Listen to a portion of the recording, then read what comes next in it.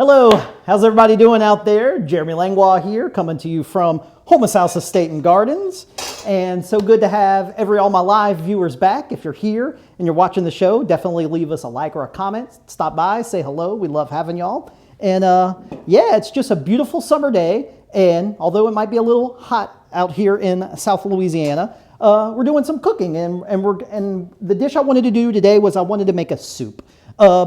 But you know, if someone were to ask me personally, the area of cooking and cuisine that I personally feel I kind of excel the most at, and for whatever reason, I've always kind of gravitated to preparing soups and sauces. Soups and sauces are kind of, I feel, my specialty wheelhouse, where I just really love and enjoy making, whether it's a soup or a sauce, just something that is just rich or has really great flavor, and I really just enjoy and always gravitated to making soups and sauces. So it's one of those things. I would have been a saucier in a Scoffier's kitchen back in the day if I were to work there, and I love making them so much. So if you got any questions or your favorite soup, drop them in the comments below. We'd love to hear from you. Also, I got my friend Jessie behind the camera, so if at any point you have questions while we're cooking or preparing this dish, you can leave a comment. She's looking for them, and hopefully we can get them answered for you. I also check the comments all throughout the week, so if I'm able to help in the comments, I try to respond to as many people as possible. So let's talk about the soup that we're going to make today. We're going to make a potato soup. And then, just to always jazz it up and make it a little more interesting, we're going to fry some oysters. We're going to make an oyster and potato soup, but the oysters themselves are going to be crispy fried and then placed on top of the soup almost as a garnish last second. And that's just, I mean, this is just a great soup. We're actually going to run it this weekend at Houmas House Friday and Saturday night. If you're here and you want to give it a try and you don't feel like making it at home, stop by and we will be serving it here. All right, with that said, let me kind of just get you caught up on where we're at. All I've done before we went live was I just took some bacon, no oil, just I heated my soup pan up to over a medium-high heat, let it get good and hot, left it on there for about a minute. Then I came in and dropped some diced bacon and just stirred it and let it start to crisp up. And what that does is, because we didn't put no oil in the pan, you do have to kind of move that bacon, but as it starts to cook and render, the fat itself will actually start to render out of that bacon. You'll get some crispy bacon, which I got right here in this spoon, and I'm going onto a little towel dish, and I'm just gonna pull out as much of that bacon as I can, but I'm using a slotted spoon, and I'm letting all those good bacon drippings stay in the pan, and that's gonna be the oil that I use to make this soup. And that does a couple things. Hey, bacon. Everything goes with bacon. That's the one food on the planet. Drop a comment if you're not sure, or tell me otherwise. Name something that doesn't go with bacon. Spoiler alert, nothing. Everything goes with bacon. Chocolate, yes. Red beans and rice, yes. All enhanced by bacon. So now we have this really great base that we can start cooking our onions and our garlic in this bacon fat.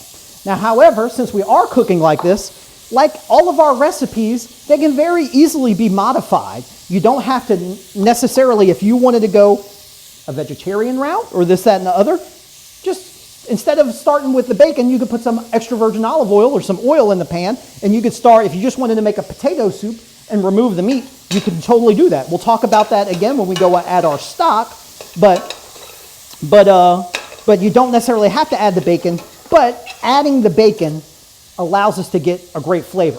Now I want to show you one thing that's very important that I'm doing here. I'm lifting up my pan to show you. As we cook that bacon, we started getting little brown bits attached to the bottom of the pan. And what I like to do whenever I add my onions and my garlic, well, onions themselves have a high water content. So whenever I throw my onions into this soup pan, that's actually, as those onions start to cook, they're going to start to release some of that water, and it's basically going to use the fancy culinary word deglaze the pan. And deglaze the pan means we're just able to pick up all those little bits in flavor. Because what those bits are is, as I'm able to kind of scrape them off, those little bits that form on the bottom of the pan, as long as they're not black, but they're brown, but black, they would be burnt. If your pan was burnt really sticky at the bottom, well, you don't want that. Anytime anything's burnt, just like you burn your toast, it's going to be bitter. But when you toast your toast, well, now you got an extra flavor, and that's what we have here. We have these little concentrated bits of bacon flavor, and we're using the liquid that we're pulling out of these onions to scrape that. That's going to add a little bit of liquid that we can then scrape the bottom of the pan. And now, whereas my pan was all brown before, because these onions are cooking, now you can see, I actually can see all the silver at the bottom of the pan. It's clean, and that tells me we've picked up all that flavor. And that's just one little simple step you can do to add depth to anything you cook. So once we got that done, very quickly, all real time, our onions have started to cook, our garlic started to cook. Now what we're going to do is we're going to go ahead and put some peeled potatoes into the pan. I got those in. Now let's talk about the potatoes we're using. You could use any potato. I actually have two varieties of potatoes right here in the front. I got your basic, what you're going to see at the store, your Idaho potato, which is fine. And then also we got our golden potatoes. These are little new potato versions of our Yukon Gold potatoes. And each potato is slightly different. I prefer using these golden potatoes for this recipe. Although they're very similar, the Yukon Gold potato is a little bit less starchy and I find has a natural, slightly more creamier, complex flavor than your russet potato, which to me I find doesn't just have that interesting flavor that it has. It has a little bit more starch to it. However, with that said, guys, you can go either route. It's good at the end of your dish. It's just these subtle differences that we're looking for. But if you do have the opportunity to try it and you can get a Yukon Gold potato, get the Yukon Gold potato. I think it makes a little bit better, but you can totally make this soup at home with a russet potato, which is more common. Everybody with me? Well, good deal. Easy doings. So now what we're going to do is this soup is so simple, and you'll notice there's very few ingredients. Almost everything's there. We got onions, garlic, potatoes, cooked in a little bit, bacon. Now what I got here is this is some hot chicken stock that I am going to pour over, and I'm just looking to cover those potatoes. I'm going to crank the heat up to high, and I'm going to bring this to a boil. Now, if you're paying attention at home, there won't be a test afterwards, but if you're paying attention at home, you might ask yourself, now Jeremy, you're making a oyster and potato soup. Why are you adding chicken stock? Well, my friends out there, I'll tell you, great question. The reason I'm using chicken stock is just because it's a common neutral stock. But you don't have to use chicken stock. I just prefer using any stock over water. You could put water here and you can make the soup and it would be fine. But if you want a little bit more depth and a little bit more flavor, you can add stock to this. Now, again, we were talking about we can modify this dish if we wanted to go a vegetarian route and not have any oysters or any bacon. We could cook our onions in olive oil, and then instead of adding chicken stock, you could add a vegetable stock. And then you can follow the rest of the recipe, and now you got you a vegetarian potato soup. Or one thing, we're about to talk about our oysters. I got some oysters here in a pint. I added my chicken stock. If you want that extra oyster flavor, I can go ahead and pour as much of this oyster liquor or oyster juice right into the pan as possible, and that's going to give us some really great flavor. We want to capture as much of that flavor as possible. However, I'm using chicken stock just because that's what I have on hand. It's a great neutral base that you can put in any soup. It doesn't necessarily have to be just for a seafood soup. If you wanted to, you could use oyster juice. If you wanted to, a shellfish stock, a shrimp stock, a crawfish stock. If you wanted to have a more seafood flavor, you can add those stocks to the soup, and that would be perfect. Now what we're going to do is we're just going to I'm just going to let this come up to a boil, and then what we would do at this point is we would let this come up to a boil and we would cook this for about 25 minutes or until you get to a point where you can take a fork or a spoon and you'd notice that those potatoes are real tender. Just let the pot simmer away, check it every now and then it doesn't take long, 20 minutes or so, those potatoes are going to get real tender. So I'm going to move this to the side, and that's what I actually have right here. This is one I started earlier today. Exactly the same, but I've gotten to the point now where it's cooked for about 20 minutes, and you can see just by pressing it, those potatoes are going to just completely fall apart. And that's what we're going to be doing because the thickener for this soup is going to be the potatoes. We're going to puree it in it. Well, how we're going to do that? If you were to go into, you could put it into a blender, but man, a great kitchen tool if you don't have one at home is just these immersion blenders. They just make doing these soups and sauces so incredibly simple. So just to finish it off, we got our stock here. Everything's cooked. Our potatoes are tender. Now we're going to add some heavy whipping cream. This is our friend's Feliciana's Best. from that we get at our farmer's market. We love supporting them, but I'm going to add some heavy cream. And now I'm going to come in and I'm just going to start blending this soup together. You always want to be real careful anytime you're working with the immersion blender. If you pull it up too high, you can make a little bit of a mess, but as long as you got that blender at the bottom of the pot, it'll kind of pull everything in, and we're just going to start to puree this real simply, nice and smooth. At this point, you can make some calls. If you want the soup to be a little more rustic, you can leave a couple chunks in it. You don't have to puree this smooth. Like right now, I have just a few chunks. That might be kind of cool to have a couple chunks of potato in it, but how we're going to serve it today is we're going to puree this to be just very velvety smooth and just kind of puree all those potatoes together. And it doesn't take that long at all. In fact, let me catch this little potato there, and we're almost here. And what happens is, by pureeing these potatoes, the potato itself is the thickener. Let's get this out of here. Put that right there. And let me grab a ladle just to kind of show y'all. But now you can see, oh, we cooking. Now you can see, look at that. The potatoes itself have pureed into the soup, and it's made a nice, velvety, smooth soup. At this point, we want to season it with some salt and pepper, a little bit of salt, a little bit of cracked black pepper, and you would want to taste it. I like to add a little bit of salt, a little bit of pepper, taste, a little bit of salt, a little bit of pepper, taste, until I just start to feel the heat from the pepper and the saltiness from the salt. And then once I get to that point, I stop. Now, because these recipes we give you, which our recipes will be online, it'll be on our Facebook page. Also, if you're looking for our recipes, we have them on our Houmas House website. Up top, there's a resource tab you can click, and that'll drop you down and get you to our recipe area. But these recipes are just a guide. Whenever we're cooking this, after we puree it, you might find that the soup is A, either too loose, or B, too thick. Well, if it's too thick, that's a quick fix. You could add a little bit more cream. You can put another hit of chicken stock to kind of slightly thin down that soup. If it's too thick, if it's too loose, you can either thicken it with some cornstarch, or you can throw a little bit more potato in it, cook it, and puree that in if it's just way too thin. But if you follow the recipe should get you pretty close. So I see this might be a hair too thin. So look, I can come here, take a little bit of stock, put a little bit of stock in it, a little bit of cream, and mix that in, and now it's the thickness I want it to be. And as far as the soup, that's pretty much it. We're going to do one thing to it right before we serve it, but the soup itself is fine.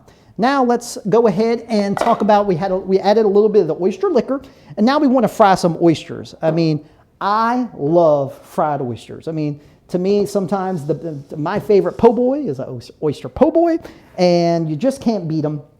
And I love anytime I can take a soup and then sometimes fry something like an oyster, and then I drop it right on top right before we serve it where it doesn't get soggy. And it's just a perfect, nice garnish to a soup. And it's a perfect, nice garnish for this. So what we got going on is we have I bring this home style fryer here. We set it to 350 degrees. And we have a little bit of some pre-seasoned, I wanted to keep this simple, so I went to the store and I bought some pre-seasoned fish fry seasoning. Some yellow corn flour that's been seasoned. However, if you want to know how we make our corn flour seasoning, I would suggest you watch last week's video. We did our eggplant Napoleon, where we made it from scratch. You can check that out. And we made the batter from scratch then, but we're just using some simple store-bought batter just to keep things really easy, like how we would at home. I got a little egg wash, couple eggs, and a splash of milk. For this, I like to add a little bit of that Louisiana spice. So in the egg wash, I'm putting, you said a pretty generous amount because a little is going to go in there, some good old hot sauce in there. I'm going to mix that in, and that's just going to get a little bit of spice and a little bit of flavor to our oysters. And now, very simply, I'm going to take oysters. I give them a quick dunk in the egg wash. Oftentimes, oysters themselves, because they have so much liquid on them and juice, you could just go straight into your cornmeal. But I like adding the egg to it because it does help that batter to adhere to them and just be real crispy. I'm going to dredge all these real good, shake off all excess corn flour, and I'm just going to very carefully, because you do want to be careful, this is hot oil, 350 degrees, just start dropping these oysters in a few at a time as to not splash. And these are only going to, we want to fry them nice and crispy, but look, you're going to see in real time, it's not going to take that long. It's going to take about a minute or two. So we got the oysters going in. And we're just letting those bad boys fry away. Wipe my hand off here. And just like if you watched our eggplant video last week, a couple tips on deep frying. You always want to have your oil to be super clean. You know, sometimes you can save your oil after using it once, but once the oil starts to get a little dark, you want to get rid of it and not use them again. And then you don't want to overcrowd your fryer. So once I start dropping in my oysters, I don't even, if I was cooking for several people, well, I might have to do a bunch of oysters in batches, because if I were to try to throw in this size pot a bunch of oysters in here, well, what's going to happen? The oysters are, because the oysters are cold, they're going to drop the temperature of my fryer, which we got set to 350 degrees. And whenever your oil gets cold, you don't get a crispy coating on the outside of your seafood or whatever you're frying, and it doesn't get crispy, and then the oil starts to soak into the batter, and it just makes a mess. So don't overcrowd the fryer, and we can really get some great oysters frying. All right, while that finishes up, we're just going to get our plate ready. This is a point, I always love to add my herbs at the end. Oftentimes, this is just some thyme that I'm just pulling right off the branch, the stem. That's the word I'm looking for. The stem itself. And thyme and potatoes go hand in hand. Other great herbs, chives, potatoes, hand in hand. Green onions, all those go great. And I love to add just a little bit of herbs right at the last second. And then I would come back and check those for seasoning. Now we can come back to our oysters. Take a look at this, y'all. I'm going to come over to my drip pan that we put that bacon in, and look how crispy those oysters have fried up. Let's get them out of here. And now we're ready to go to the plate. Oh yeah, we're going to fish all these out. I tell you, there's a few things I love more to eat than fried oysters. Tell me in the comments, tell me how you like your oysters. I know some people who say they'll only have oysters raw. I know some people who say, I'll only have oysters fried. How do you like your oysters? I love me some ice cold raw oysters as well, but I'd also like them fried. So now that we got our soup, let's go to our plate. Nice ladle of that potato soup that we cooked and we pureed, nice and thick. And then, remember how we started with that bacon? Well, we're going to come back with some of those bacon bits that we took out, nice and crispy. I'm going to put that on top. You can never go wrong with bacon. And then right before we were to serve this, we come back and we just float on top of this dish. I'm going to put about 3 of these oysters. Maybe a little more bacon on top, because you can never go wrong with bacon. And there you go, guys. This is our Yukon Gold potato soup with crispy fried oysters and bacon, a little bit of thyme sprinkled on top. There you have it. Thank y'all so much. We'll see y'all next week. And if you're here at Houmas House this weekend, Friday and Saturday night, we'll be serving this soup as well. See y'all then. Take care out there.